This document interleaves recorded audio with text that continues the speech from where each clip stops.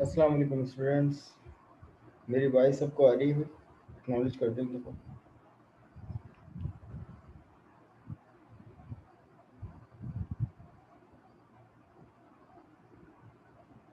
Yes. Thank you.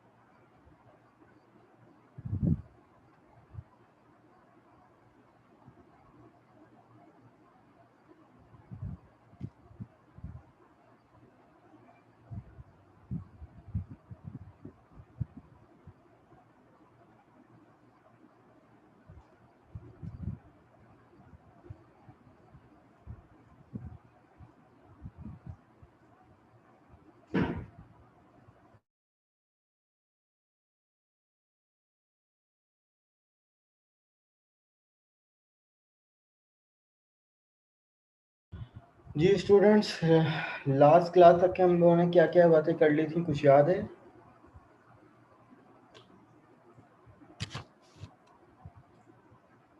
जो चीज़ें भी जहन में है बताइए, किन किन चीज़ों पर हमने बात कर ली थी? Jump conditional loop. Very good. Jump conditional loop, यानी कंडीशनल जंप की बात हम लोग कर रहे थे, राइट? लूप तक पढ़ा था हमने, सही। मतलब लूप बनाया था बेसिकली बाय यूजिंग जंप और लूप कमांड के थ्रू। ठीक है, लूप की टर्म को इम्प्लीमेंट बेसिकली किया था हमने। तो उसमें एक आध एग्जाम्पल भी की थी कि किस तरीके से। अच्छा, कोई ये बताएगा क्लास के अब फॉर एग्जांपल मैं यहाँ पर कोई वेरिएबल असाइन करता हूँ var1 के नाम से।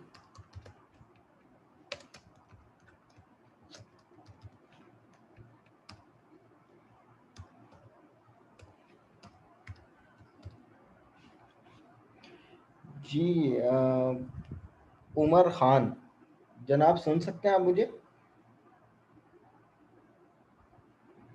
उमर खान 10619।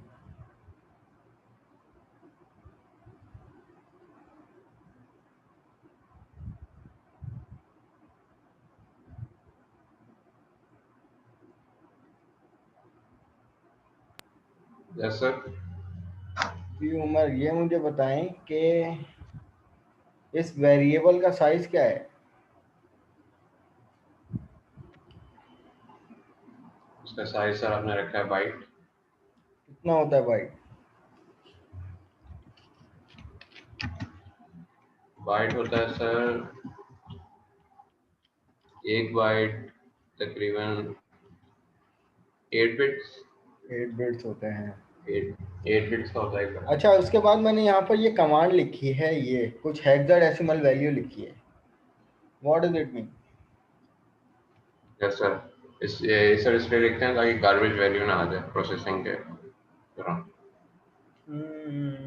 नहीं, इसका शायद ये वाला काम नहीं होता। सर हमें थ्योरी में तो सर ने यही बताया था। अच्छा, लेकिन लास्ट क्लास में हमने कुछ इम्प्लीमेंट किया था ना इसको रिलेटेड। किसी को पता है भाई? कोई भी बता दे क्या काम होता है इसका?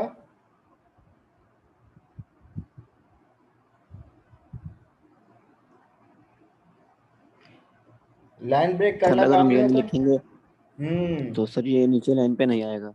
तो यानी इसका मतलब आपको था, हमने ये पढ़ा था कि भाई इसका मतलब था कैरियज, और इसका मतलब कैरियज रिटर्न, और इसका मतलब था लाइन ब्रेक। सही। एक हेक्साडेसिमल असेंबली कमांड होती है जो कि लाइन ब्रेक करने के लिए इस्तेमाल की जाती है। फॉर एग्जांपल, अगर मैं हेलो को प्रिंट करवाता हूँ तो इसकी वजह से जो असेंबलर जो है वो इसको प्रिंट कर देगा और कर्सर जो है वो नेक्स्ट लाइन पे मूव हो जाएगा। लेकिन अगर मैं यहाँ पर जस्ट 0 लिखता हूँ तो मेरे पास कर्सर जो है वो उसी लाइन पे रहेगा प्रिंट होने के बाद। ये डिफरेंस था। जीरो हम लोग क्लियर करने के लिए करते हैं अपने स्ट्रिंग को के आखिरी बिट को, और 0DH, 0AH जो है वो basically carriage return line feed. हमने एक कमांड पढ़ी थी ना, कॉल CRLF। तो ये CRLF का क्या मतलब था भाई जनाब, ये कैरियज रिटर्न था और लाइन फीड, ये पूरा मिलकर अरवाइन हमें बनाया एक फंक्शन देता है। बट असेंबली की जो कमांड है वो क्या थी, 0DH, 0AH। चले, वेरी गुड। अच्छा जनाब, ये जस्ट हम लोग सिर्फ रिव्यू कर रहे हैं, मेरा मकसद किसी से वाइवा लेने का भी नहीं है, ठीक है। तो अगर गलत भी बता रहे हैं बताओ, क्लियर हो जाएगा, दोबारा रिव्यू कर लेंगे, ठीक है, इसमें मसला नहीं है कोई। अच्छा जनाब, हमने एक और चीज़ पढ़ी थी कि भाई अगर मैं कमेंट में यहाँ पर, हमने एक इंस्ट्रक्शन पढ़ी थी JMP और एक इंस्ट्रक्शन पढ़ी थी लूप। क्या फर्क था दोनों में?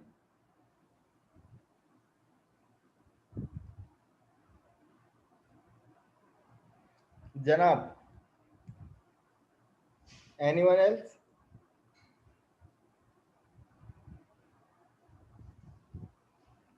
और इसी तरीके से जनाब एक इंस्ट्रक्शन पढ़ी थी CMP और एक इंस्ट्रक्शन से डिफरेंशिएट किया था सब्ट्रैक्शन की।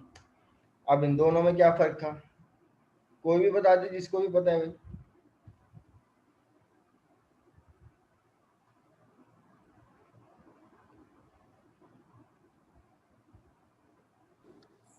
सर जंप और लूप में सर ये फर्क है, अगर हम सर किसी चीज से मतलब के इंक्रीमेंट कराने चाह रहे हो, जंप का ये लगाएंगे वेरिएबल या ये, तो सर वो उसमें इंक्रीमेंट होता ही रहेगा, रुकेगा नहीं। और अगर हम लूप लगाएंगे और उसके बाद ACX लगाएंगे तो उसमें मतलब कि इंक्रीमेंट जितना हम चाहते हैं उतना हम करवा सकते हैं। जंप, अच्छा यहाँ पर एक जवाब आया है, ठीक है, मुझे आपका जवाब मिल गया जनाब हमजा सर जो लूप है कमाल। उसके अंदर जी सर जी। हम जो इंक्रीमेंट करवाते हैं उसकी एक वजह होती है कि हम कोई कोई देते हैं कोई देखो, नहीं ऑफ। नहीं नहीं, पहले इस चीज को क्लियर करो। इंक्रीमेंट तो मैंने सिर्फ एक एग्जांपल समझाने के लिए किया था, ये कहीं भी नहीं लिखा हुआ कि भाई आप जंप अगर यूज करो तो इंक्रीमेंट ही करवाओ। वो हम अपनी लूप बनाने की कंडीशन के लिए हम उस वेरिएबल को इंक्रीमेंट या डिक्रीमेंट करते हैं कि अगर हमें लूप रिवर्स ऑर्डर में चलाना है, आपकी अपनी मर्जी है। लूप तो बेसिकली चलेगा आप जहां पे लेबल बनाओगे। जंप बेसिकली एक गो टू की इंस्ट्रक्शन थी ना, कि जंप सिर्फ एक लेबल को रीड करता है कि भाई मुझे बताओ कि ये लेबल आपने कहीं ऊपर नीचे कहीं भी बनाया होगा, तो जंप का कीवर्ड क्या करेगा, वहां पे गो टू क्या वाला काम कर लेगा। गो टू को जैसे लेबल चाहिए होता है वहां पे लेबल बना लेता है। लूप का भी काम यही था। बट दोनों में डिफरेंस क्या था ये मुझे कौन बताएगा? अच्छा, यहाँ पे जवाब ले लेते हैं। अलीना कह रही हैं कि सर लूप लिखेंगे तो इनफाइनाइट वैल्यू देगा और जंप लिखेंगे तो सर फाइनाइट वैल्यू देगा। नहीं नहीं नहीं नहीं, आपने उल्टा बता दिया जनाब। अच्छा, उमर सिद्दीकी क्या कह रहे हैं, जंप किसी दूसरी लोकेशन पे जंप करवाने के लिए यूज करते हैं, तो लूप भी जनाब हम किसी भी और लोकेशन पे भी इस्तेमाल कर सकते हैं। तकी रजा क्या कह रहे हैं, जंप अनकंडीशनल जंप होता है और लूप कंडीशनल। नहीं, लूप को भी अभी अभी हमने कंडीशनल लूप नहीं पढ़ा, ये भी एक अनकंडीशनल चीज है, लूप है, लेकिन सर इसमें लूप एक मेन फर्क है। मेथड जी से जी, एंटर होता है। क्या चीज? सर लूप मेन मेथड से जो हमारा होता है उसमें एंटर हो रहा होता है, और जंप एक स्पेसिफिक पॉइंट से हम एंटर हो सकते हैं प्रोग्राम में। देखो, हमने लास्ट टाइम जो है वो एक अदद कोड ये लिखा था, अब समझिएगा इस बात को कि दोनों में डिफरेंस किस तरीके से होगा। जनाब मैंने, हमारे पास अगर कंडीशनर यानी गो टू के स्टेटमेंट अगर हम नॉर्मल C# में भी इस्तेमाल करते हैं तो उसके लिए हमें एक लेबल चाहिए होता है। तो सेम सिनेरियो इज हियर, यहाँ पे भी हमें एक लेबल चाहिए होता है। अब लेबल आप जो असेंबली लैंग्वेज के कुछ रिजर्व कीवर्ड है अरवाइन के, उन नामों से मत बनाओ आप लेबल। कोई ऐसा आइडेंटिफायर होना चाहिए लेबल के भाई जिसकी कोई ना कोई वर्किंग ना हो, वो एक जस्ट स्ट्रिंग या वेरिएबल एक आइडेंटिफायर के तौर पर यूज हो। तो जनाब हमने लेवल 1 के नाम से एक लेबल बनाया था, और लेबल बनाने की निशानी ये है कि आप आइडेंटिफायर लिखते हो उसके बाद कॉलन, तो ये कंसीडर करता है जनाब लेबल। अब इस लेबल का मतलब ये है कि आपने किसी नीचे मतलब किसी नीचे कोड से ऊपर आना है या किसी ऊपर कोड से आपने नीचे जंप करना है किसी भी स्पेसिफिक प्लेस पे, तो ये आप वहां पर एक बैनर लगा दे, तो एक लेबल लगा दे, तो एक चेक लगा दे, तो यूं समझ लो। अब जनाब हमने यहाँ पे एक लेबल लगा दिया और उस लेबल के अंदर हमने कुछ लाइन ऑफ कोड लिखे। लाइन ऑफ कोड ये लिखे कि भाई मूव EAX, 1, ठीक है, एक जस्ट लाइन ऑफ कोड लिख दिया। अब उसके बाद मैंने लेबल के बाद एक इंस्ट्रक्शन लिखी थी इंक्रीमेंट EAX, ठीक है, और उसके बाद कॉल राइट डेसिमल। फिर उसके बाद मैंने यहाँ पर एक स्टेटमेंट लिखी थी कि भाई जंप करवा दो वापस कहाँ पे, लेबल पे, लेबल 1 पे। अब जनाब हम लोग ये सीख रहे थे कि भाई ये जंप अभी ना तो हमने कोई कंडीशन यूज की है ना कुछ है, तो ये जंप जब भी यूज होगा वो एक इनफाइनाइट कंडीशन बना देता है।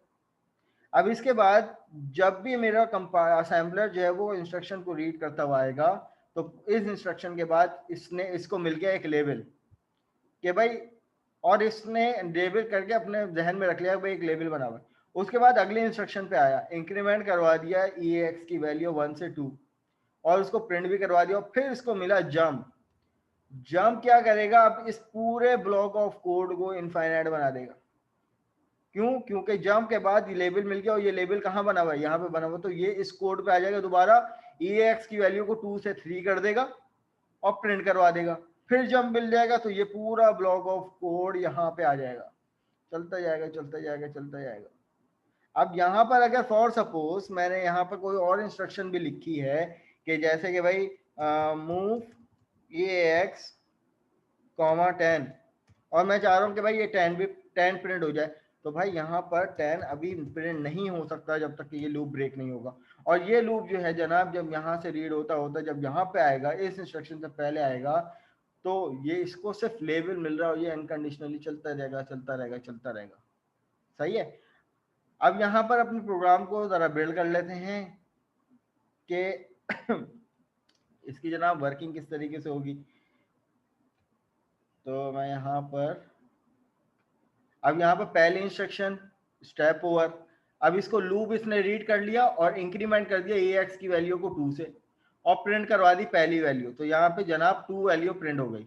2 वैल्यू प्रिंट होने के बाद अब यहाँ पर कह रहा है कि भाई जंप के बाद इसको लेबल मिल गया और ये लेबल कहाँ बना हुआ ऊपर, तो ये वापस इस इंस्ट्रक्शन पे ले गया और इसने दोबारा से 2 को 3 इंक्रीमेंट करवाया, प्रिंट करवा दिया, तो यहाँ पर मेरे पास ये हो गया। इसी तरीके से ये लूप अब चलता जाएगा चलता जाएगा चलता जाएगा। क्यों? क्योंकि यहाँ पर कोई कंडीशन है ही नहीं और ये इस तरीके से इनफाइनाइट तौर पर चलता जाएगा, राइट। तो अगर मैं यहाँ पर प्रोग्राम को स्टार्ट कर दूं तो क्लास यहाँ पर ये देखिए ये एक अनकंडीशनल, क्यों? क्योंकि ये जंप के बाद इसको ये लेवल मिलता जा रहा है मिलता जा रहा है और ये अनकंडीशनल, ये इस ब्लॉक से बाहर ही नहीं आ रहा, जबकि इस ब्लॉक से बाहर भी हमने ये इंस्ट्रक्शन लिख किया कि भाई 10 प्रिंट करवा दो, लेकिन जंप क्या कर रहा है, एक अनकंडीशनल अनकंडीशनली चलता है।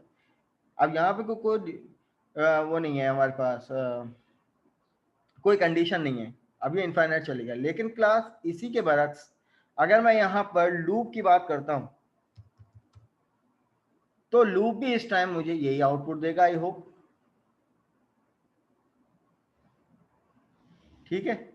अब दोनों में फर्क क्या है जनाब, अब फर्क को समझेंगे। लूप और जंप में फर्क ये है जनाब कि अगर मैं यहाँ पर एक रजिस्टर यूज करता हूँ मूव ECX कॉमा और मैं यहाँ पे कह देता हूँ कि भाई 10 और यहाँ पर मैं वैल्यू कह देता हूँ कि भाई 0 ताकि 1 से प्रिंट हो। अब मुझे बताइए, और मैं यहाँ पे लिखता हूँ JMP, तो इस जंप लिखूंगा तो यहाँ पर इसको ECX की वैल्यू से कोई फर्क नहीं पड़ता, सही है, भले से ECX में जो भी वैल्यू, ये अभी भी स्टिल अनकंडीशनली चलेगा।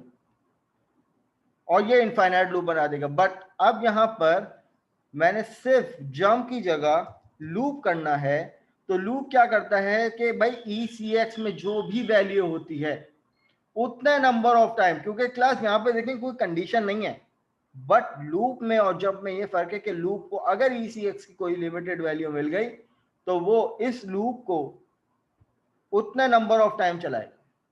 तो अब यहां पर मुझे क्या आउटपुट मिलना चाहिए,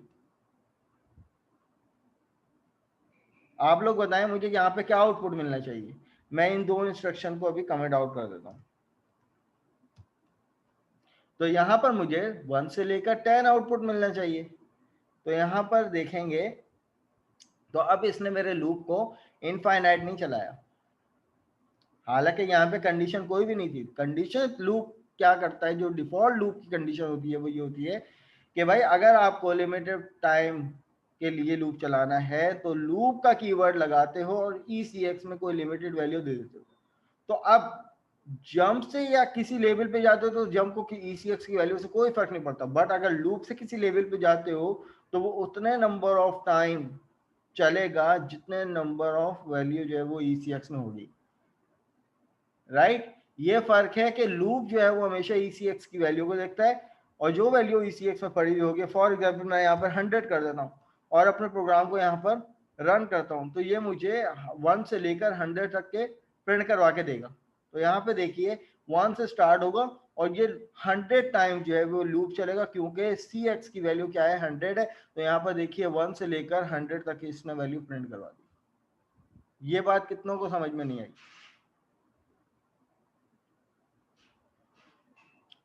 क्लास एक्नॉलेज कीजिए। सर ये जंप में कंडीशन फॉल्स क्यों कर देता है, मतलब 100 से ऊपर क्यों ले जाएगा?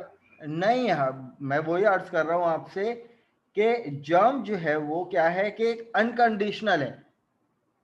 जंप का काम है सिर्फ लेवल को चेक करना और उस पे नंबर ऑफ टाइम्स इनफिनिटी तौर पर चलाते रहना। क्योंकि आप यहाँ पे देखो ना, हमने लिखा था जंप, अब ना तो इसको ECX की वैल्यू से फर्क पड़ रहा था, सही है। आप यहाँ पे देखो ये इनफाइनाइट चलाएगा, ना तो इसको ECX की वैल्यू से फर्क पड़ रहा था। तो jump is always infinite. Jump को अगर सिर्फ ये वाला ऑपरेटर आपने यूज किया ना JMP, इसका काम सिर्फ लेवल को रीड करना है। इसका काम को ये नहीं है कि भाई CMP की वजह से वैल्यू को कंपेयर करके फिर डिसीजन लेगा, नहीं, वो कंडीशनल जंप है। इसको सिर्फ कहते हैं ये वाहिद एक जंप है जो अनकंडीशनल जंप है। बाकी जो कंडीशन वो बाकी जितने भी जंप हैं वो कंडीशनल जंप है। अब कंडीशनल जंप के लिए हम जो इंस्ट्रक्शन यूज करते हैं जनाब, वो CMP की इंस्ट्रक्शन यूज करते हैं। अब उसकी भी एग्जांपल हमने की थी। उसकी एग्जांपल ये की थी क्या, फॉर एग्जांपल मैंने यहाँ पर एक वेरिएबल लिया मूव EAX, 10 उसमें वैल्यू दे दी। एक और EBX का मैंने रजिस्टर लिया, उसमें 20 वैल्यू दे दी। अब जनाब सब्ट्रैक्शन CMP के बारे में मैंने बताया था कि भाई ये अपनी सोर्स डेस्टिनेशन की वैल्यू को सोर्स की वैल्यू से क्या करता है, माइनस करता है। जबकि माइनस तो ये वाली इंस्ट्रक्शन भी करती है, सब्ट्रैक्ट EAX, EBX, इसका काम भी माइनस होगा। बट क्लास दोनों में फर्क ये होगा कि जब ये दोनों आपस में वैल्यू सब्ट्रैक्ट होंगी तो जो सब्ट्रैक्टेड वैल्यू होगी वो इसमें चले जाएगी। लेकिन CMP भी दोनों को सब्ट्रैक्ट कर रहा है, बट ये डेस्टिनेशन को चेंज नहीं करता, ये डिसीजन लेता है। और उसके बाद CMP के बाद अगर मैं यहाँ पर एक लेवल बनाता हूँ, फॉर सपोज मैंने यहाँ पर एक लेवल बना दिया, मैं इसको कमेंट आउट करता हूँ इस सेक्शन को। मैंने यहाँ पर एक लेवल बना दिया लेवल 2 के नाम से, ठीक है। CMP के बाद मैं यहाँ पर एक इंस्ट्रक्शन लिख रहा हूँ JE। ये मेरे पास कौन सा जंप था, कौन बताएगा? जंप व्हेन इक्वल टू, यानी जंप कर दो जब सोर्स और डेस्टिनेशन की वैल्यू क्या हो, आपस में इक्वल हो।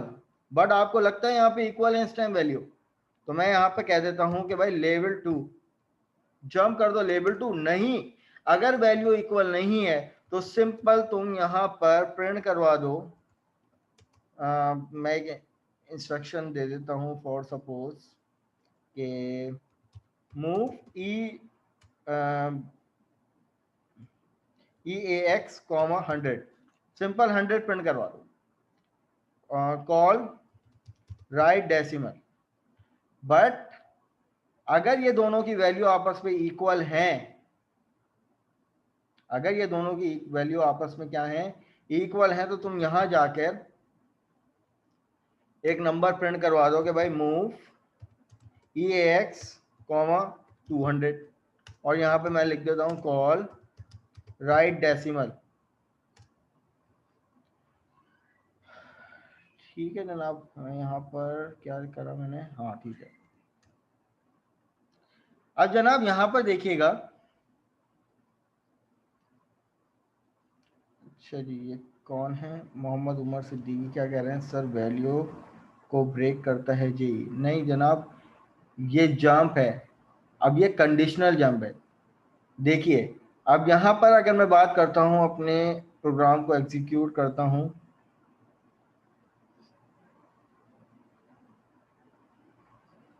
देखें हमने पहली वैल्यू ली EAX में 10, हेक्साडेसिमल में वैल्यू हो जाती है।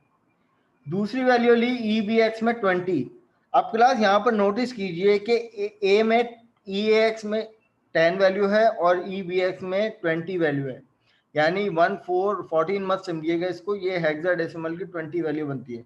अब क्लास देखें, हमने यहाँ पर एक लेबल बनाया था, लेबल बनाने के बाद यहाँ पर, अच्छा लेबल का अकॉर्डिंग ये प्रिंट करवा देगा, चलो ठीक है, चलो देख लेते हैं।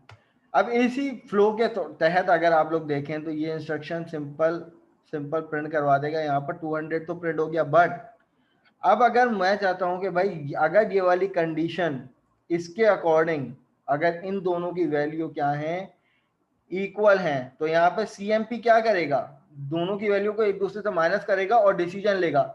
अब ये JE इस लेवल पे दोबारा तब जंप करेगा कि जब इन दोनों की वैल्यू क्या होगी, आपस में इक्वल होगी। बट क्लास CMP ने इस इंस्ट्रक्शन को चलाया और डिसीजन ले लिया।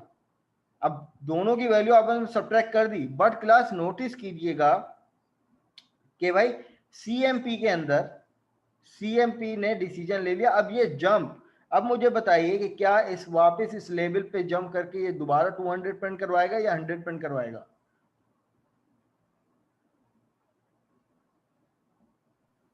जी स्टूडेंट्स,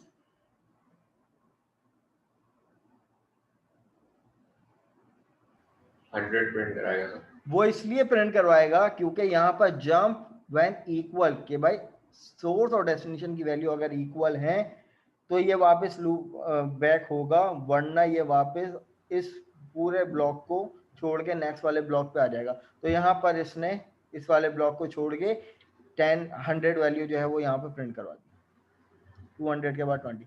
लेकिन क्लास अगर मैं यहाँ पर बात करता हूँ दोनों वैल्यू व्हेन इक्वल, अब अपने प्रोग्राम को यहाँ पर दोबारा से डिबग करते हैं।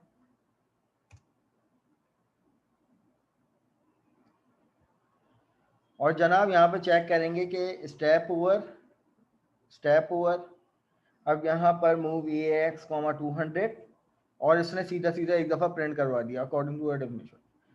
बट यहाँ पर CMP ने क्या किया, CMP ने जनाब दोनों वैल्यू को माइनस करवा दिया, दोनों वैल्यू को क्या करवा दिया, माइनस करवा दिया, ठीक है।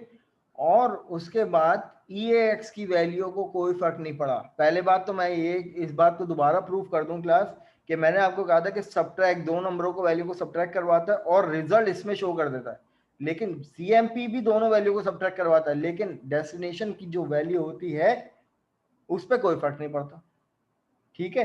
तो अब मैं अगर यहाँ पर दोबारा से इसकी एग्जीक्यूशन में जाऊं तो मूव EAX रजिस्टर में 10 वैल्यू आ गई, EBX में भी 10 वैल्यू आ गई। अब यहाँ पे क्लास देखिए 200 हेक्साडेसिमल में जो बनता है वो C8 बनता है। क्या बनता है? C8 बनता है। अब यहाँ पर इसने प्रिंट करवा दिया। प्रिंट करवाने के बाद देखिए मैंने आपसे कहा था कि भाई ये दोनों वैल्यू आपस में सब्ट्रैक्ट होती हैं, लेकिन डेस्टिनेशन की वैल्यू को कोई फर्क नहीं पड़ता। तो यहाँ पर नोटिस कीजिए अभी डेस्टिनेशन की वैल्यू क्या है, C8। जब मैं कंपेयर की इंस्ट्रक्शन चलाऊंगा तो यहाँ पर देखिए C8 को कोई फर्क नहीं पड़ा, लेकिन सब्ट्रैक्शन हो गई दोनों के दरमियान। ना तो BX की वैल्यू को कोई फर्क पड़ा, ना तो EX की कोई वैल्यू को फर्क पड़ा। तो यहाँ पर 200 की वैल्यू प्रिंट तो हो गई, बट अब यहाँ पर JE का जंप जो है वो डिसीजन लेगा कि आइदर डेस्टिनेशन की वैल्यू सोर्स की वैल्यू से क्या है, इक्वल है।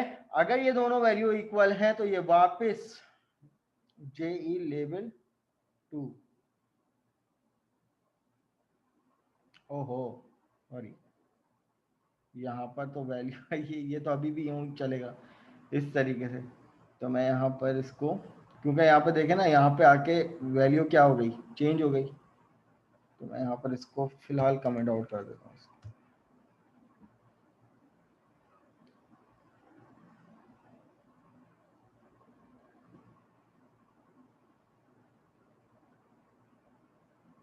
तो वेरिएबल ले लेता हूँ var1 बाइट, बल्कि एक काम करता हूँ,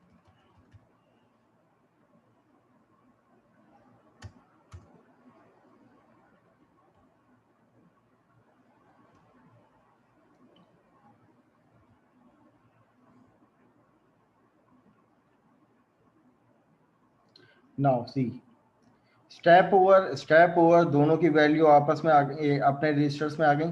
अब CMP ने दोनों की वैल्यू को क्या किया, कंपेयर किया। अब क्योंकि दोनों वैल्यू इक्वल थी तो वापस कंपेयर पे आ गया, ठीक है।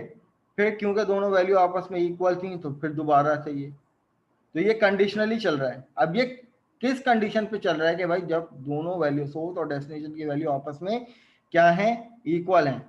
बट इसी के बरक्स अगर मैं यहाँ पर सिर्फ एक वैल्यू चेंज कर देता हूँ, मैं यहाँ पर 0 की जगह 1 कर देता हूँ, तो यहाँ पर नोटिस कीजिएगा कि क्या अब ये वाला जंप जो है वो वापस मूव होना चाहिए या नहीं।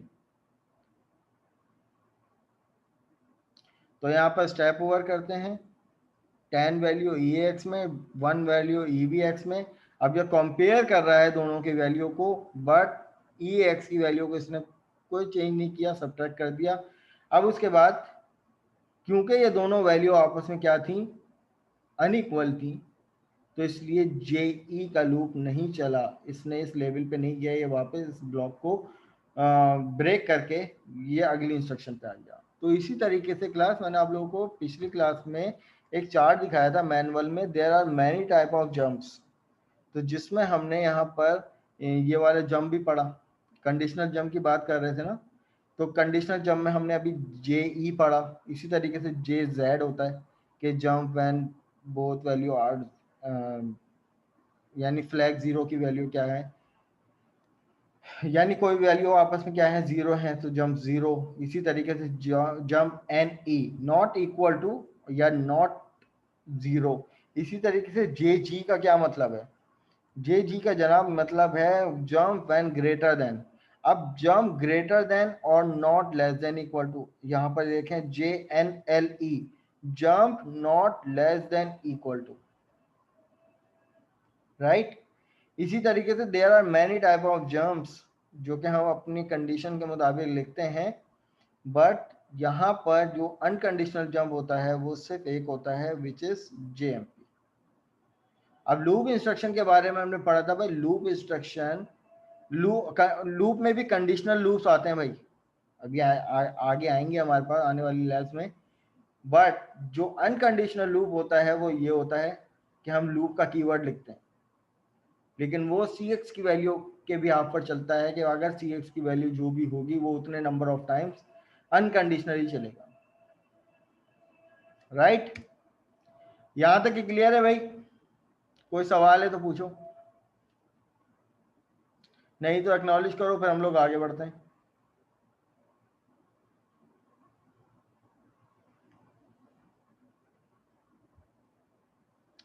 ठीक है जनाब। सर वैल्यू इक्वल कैसे नहीं थी ये बता दें। क्या वैल्यू का क्या कह रहे हैं आप? आपने लिखा था ना 10 मूव करा रहे थे दोनों रजिस्टर्स में, फिर नीचे आके 200 मूव करा रहे थे। हाँ। सर वो वैल्यू वाइज बता दें कि इक्वल कैसे नहीं हुई, वो समझ गया। देखो जनाब, मैंने आपको ये कहा था कि एक इंस्ट्रक्शन लिखी मैंने यहाँ पर, मूव EAX, 2, और यहाँ पर मूव EBX, 3। सही है। अब ये दो अलग अलग वैल्यू, इन दोनों रजिस्टर की वैल्यू को आपस में कंपेयर करवाने के बाद हमें एक डिसीजन लेना है। सही है। अब डिसीजन ये लेना है कि भाई मैंने यहाँ पे लिख दिया CMP EAX, EBX, ठीक है। अब मैंने यहाँ पर, अब मेरी अपनी मर्जी में, जरूरी नहीं है कि नीचे से ऊपर की तरफ मूव करवाऊं, मैं ऊपर से नीचे की तरफ भी मूव करवा सकता हूं। तो जनाब मैंने यहाँ पर एक कंडीशनल जंप ले लिया, JE इस लेवल पर, LABE, इस लेवल 1 पे कब जंप करेगा? जब दोनों की वैल्यू आपस में क्या होंगी? इक्वल होंगी। वरना क्या करेगा? उसके बाद यहां पर मैं एक स्टेटमेंट ले लेता हूं, मूव EAX, 100, और ये मुझे यहां पर 100 प्रिंट करवा दे, कॉल राइट डेसिमल। सही। अब यहां पर, उसके बाद मैं यहां पर एक इंस्ट्रक्शन लेता हूं,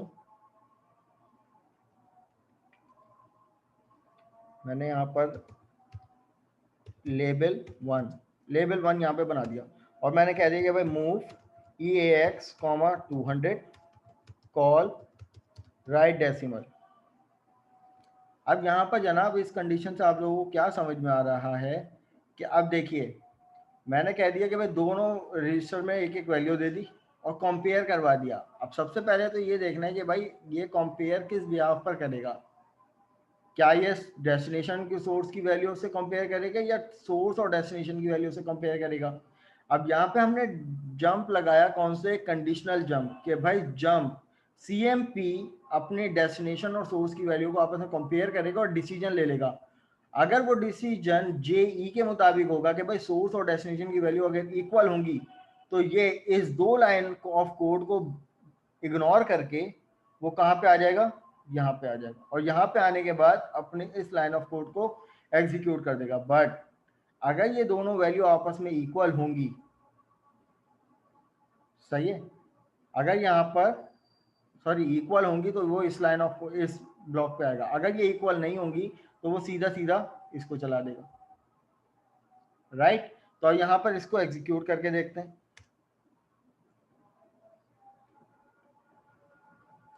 अब यहाँ पर हमने सबसे पहले स्टेप ओवर किया, EAX में 2 वैल्यू आ गई, EBX में 3 वैल्यू आ गई।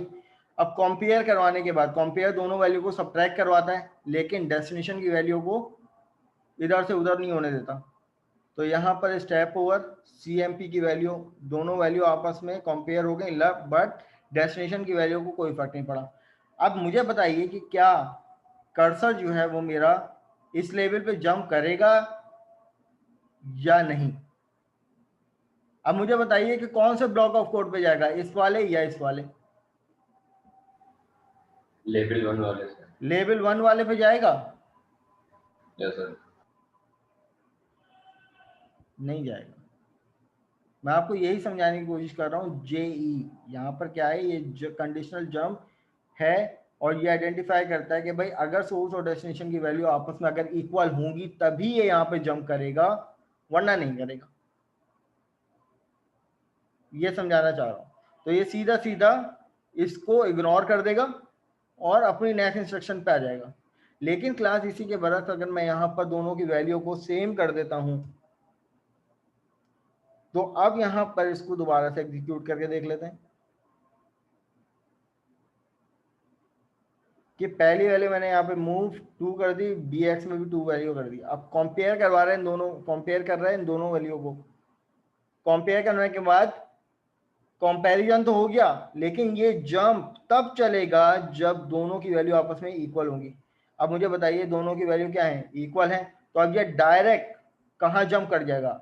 इधर जंप कर जाएगा, इस लेवल पे, और इस वाले कोड को रन करेगा। ठीक है, और ये मेरा प्रोग्राम ऐड हो जाएगा इस तरीके से। राइट। अभी भी Yes, कोई sir. कंफ्यूजन है तो पूछ लीजिए। अब इसी तरीके से क्लास देखो एक और चीज, मैं यहाँ पर JL लिखता हूं। अब JL का क्या मतलब है? Jump less than. अब कौन सी वैल्यू लेस देन भाई और कौन सी वैल्यू ग्रेटर देन? अब मैंने फॉर सपोज यहाँ पर एक वैल्यू लिख दी 3। अब यहाँ पर हमें पता है कि भाई EAX की वैल्यू लेस देन है EBX की वैल्यू से। हमने कंपेयर करवा दिया। अब इंस्ट्रक्शन को चला के देख लेते हैं। अब देखिए स्टेप ओवर दोनों में वैल्यू आ गई। अब यहाँ पे कंपैरिजन हो रहा है दोनों की वैल्यू का। कंपेयर होने के बाद अब ये जंप कब इस लेवल पर जंप करेगा? जब ये वाली कंडीशन क्या हो जाएगी? ट्रू हो जाएगी। कंपेयर क्या कर रहे हैं? दोनों वैल्यू की क्या कर रहा है? कंपेयर कर रहा है। अब ये जंप कब चलेगा? जब डेस्टिनेशन की वैल्यू सोर्स की वैल्यू से क्या होगी? लेस होगी। तो अब मुझे बताइए इस टाइम कौन सी वैल्यू लेस है, डेस्टिनेशन की या सोर्स की? यकीनन डेस्टिनेशन की है।